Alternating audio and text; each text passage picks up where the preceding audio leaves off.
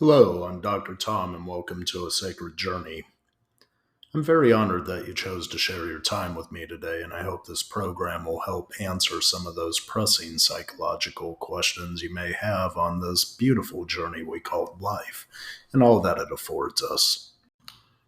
Today, we're going to explore a little tale, a folk tale, if you will, that I always love to read to my children, especially as it relates to modern day affairs. The folk tale was called Chicken Little, and the moral of the story around Chicken Little was oh no, the sky is falling.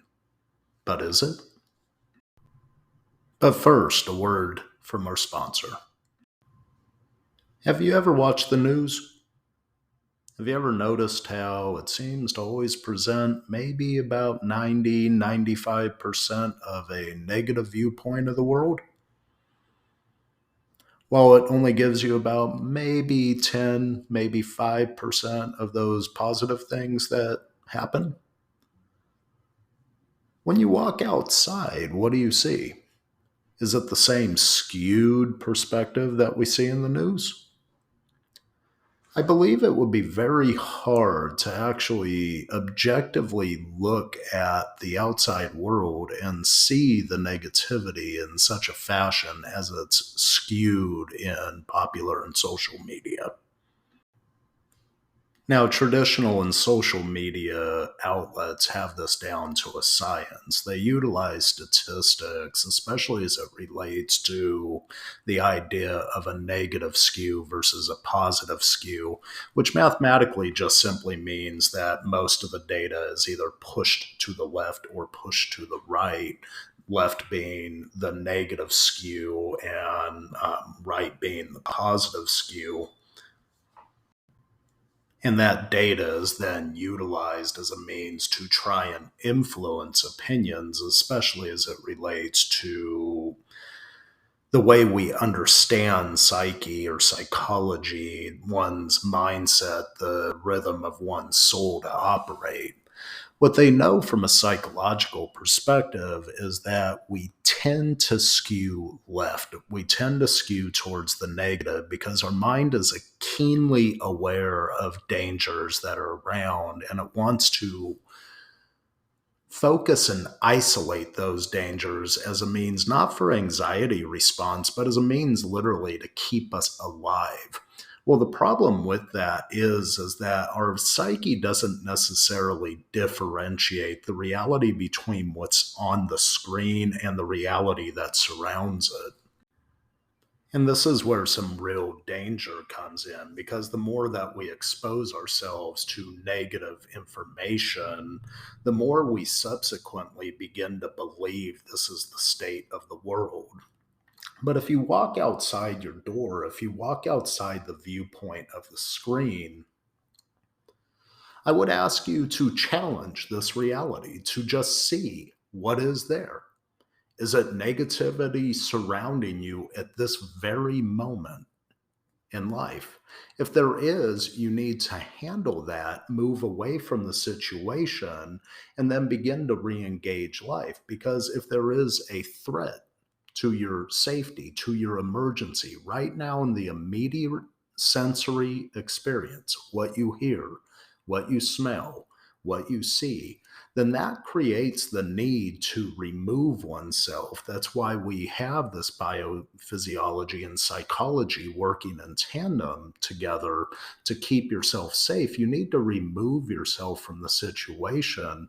And then when everything is again safe, the body and the biophysiology should return to a state of homeostasis. Your psychology should also return to a state of satiation and homeostasis. We commonly see this in nature where the lion will chase the warthog and the warthog will focus solely on where the lion is in that moment as a means to identify the danger and keep its sensory experience on the danger. Basic autonomic functions begin to then arise while other functions within the body begin to shut down. And this keeps the warthog cognizant as well as ready to run, because most of the time a warthog will not choose to fight a lion unless it is in absolute immediate danger and it's fighting for its life.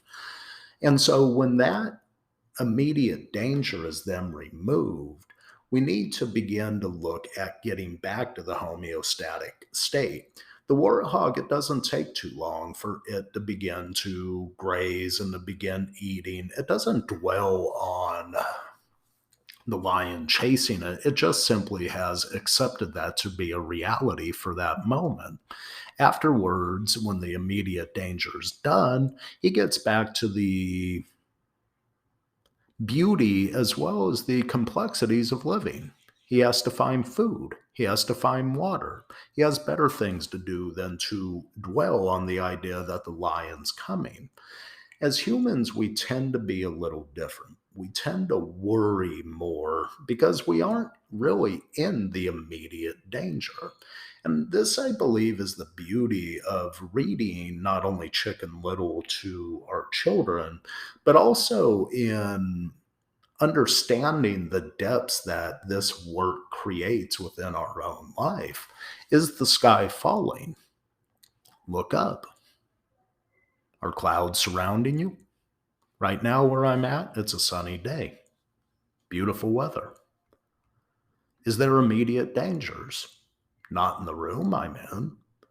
I have to use my senses, my smell, my taste, my touch, my hearing, my eyes, even my sixth sense to determine, is there any danger? If not, what could I do to get back to the state of homeostasis? As we learn to work with this, we begin to learn to work our inner processes. We begin to become more in touch with our feelings that allows the sacred journey to emerge.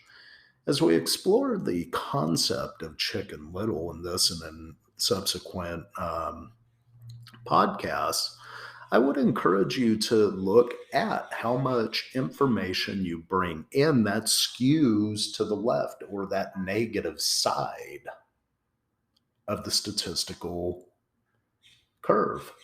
How much of it skews to the right or the positive side? Now, I know some individuals may say, well, why is it right? Why is it left? I know that has political implications, and that's not the meaning here. This is simply a mathematical process that we're talking about. If it skews to the left, it's negative. It means that there's a bad feeling. If we assign left to equate to something else other than the graph of which I speak, that's a way that we are actively participating in creating anxiety where anxiety may not need to lie. So I encourage you today to go out, smell the roses, see what's there. As Walt Whitman once said, if you keep your face to the sun, shadows will fall behind. If you turn around, you may see your shadow. But if you keep yourself pointed in a direction that feels right, seems right, doesn't seem that there's any danger, maybe you just might find yourself in that destination you yearn to find yourself within. I really want to thank you for joining me here today. Remember, our personal well being and growth potential are really a collective journey. We aren't in this alone, we're in it together. At a sacred journey, I look to ask those big questions that have really simple answers, but sometimes we may get stuck on them because really the questions are meant to be asked multiple times throughout our life and could have very different answers as we move along and develop during our life course. I hope you took as much from this episode as I did in presenting it.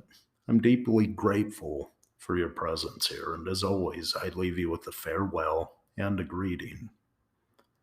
May blessings find you on your journey to believe, achieve, and advance confidently in the direction of your dreams.